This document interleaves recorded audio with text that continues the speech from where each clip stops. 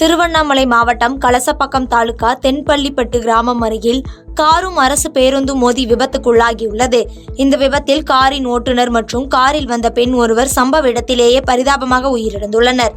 மேலும் காரில் வந்த 3 பேருக்கு திருவண்ணாமலை அரசு மருத்துவக் கல்லூரி மருத்துவமனையில் சிகிச்சை பெற்று வருகின்றனர்.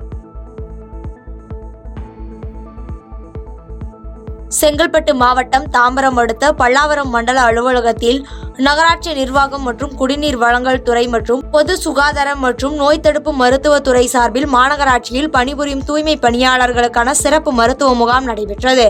இதில் பல்லாவரம் சட்டமன்ற உறுப்பினர் இ. கருணாநிதி கலந்து கொண்டு குத்துவிளக்கு ஏற்றி துவக்கி வைத்தார்.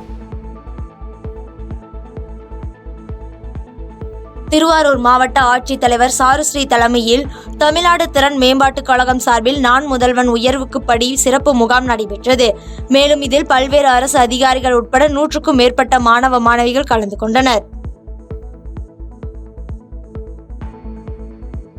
சேலம் மாவட்டம் ஓமலூரை அடுத்த காடையாம்பட்டி ஒன்றிய குழு கூட்டத்தை அதிமுக சேர்மன் அதிமுக உறுப்பினர்களுடன் புறக்கணித்து வெளிநடப்பு செய்தார். மேலும் ஒன்றியத்திற்கு ஒதுக்கப்படும் நிதியை கவுன்சிலர் வார்டுகளுக்கு ஒதுக்காமல் மாற்று பணிகளுக்கு அதிகாரிகளை ஒதுக்கிக் கொள்வதை கண்டித்து கூட்டத்தை புறக்கணித்து சேர்மனுடன் வெளியேறியதால் சிறிது நேரம் பரபரப்பு ஏற்பட்டது.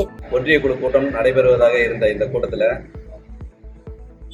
ஒன்றிய குழு உறுப்பினர்களுக்கு பொது நிதியிலிருந்து ஒதுக்கப்பட வேண்டிய மக்களுடைய அடிப்படை தேவைகளுக்கான நிதியை இந்த 1 வருடமாக சரியான முறையில் எங்களுக்கு ஒதுக்கி தரவில்லை. எங்களுடைய அடிப்படையான மக்கள் தேவைக்காக ஒன்றிய குழு உறுப்பினர்கள் யாருமே இந்த பொது நிதியை சரியான முறையில் பயன்படுத்த முடியவில்லை.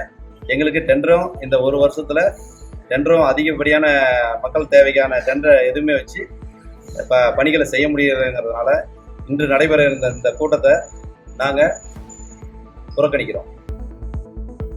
திண்டுக்கல் அருகே கானாப்பட்டி ராமநாதபுரம் பகுதியைச் சேர்ந்த குணசேகரன் மற்றும் ரமேஷ் வீரமணி ஆகிய மூவரும் இருசக்கர வாகனத்தில் சென்றபோது எதிர்பாராத விதமாக சாலையோரத்தில் இருந்த மின்கம்பத்தில் மோதியுள்ளனர்.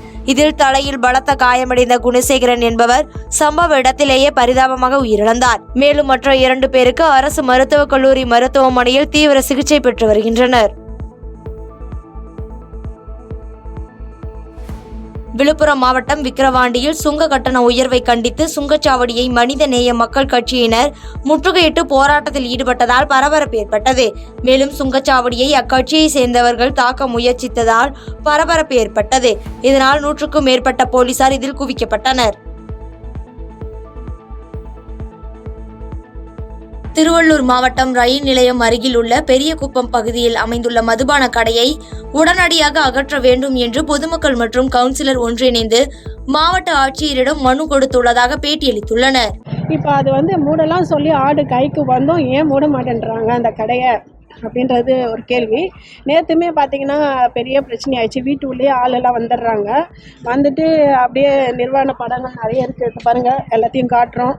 வீட்டு முன்னாடி குடிச்சிட்டு ஒரே அப்படியே ட்ரெஸ்ஸே இல்லாத நிர்வாணமாக நிற்கிறாங்க. எங்கள் வீட்டில் எல்லார் வீட்லேயும் பொம்பளை பிள்ளைங்க இருக்குது. ஒயின் ஷாப்பு, டாஸ்மாக் கடை, பொதுமக்கள் வசிக்கிற இடத்துல இருந்தால் என்னென்ன பிரச்சனை வரும்ன்றது எல்லாருக்குமே தெரியும். இதை ஒரு எங்களோட மக்களோட நலம் கருதி இதை ஒரு இதுவாக எடுத்து எங்களுக்கு நல்லது பண்ணி கொடுத்தா நல்லா இருக்கும்ன்ற மாதிரியே எங்களோட கருத்து. இது ஆர்ப்பாட்டம் பண்ணுறதுக்கு இப்போவுமே எல்லாருமே ரெடியாக இருக்காங்க.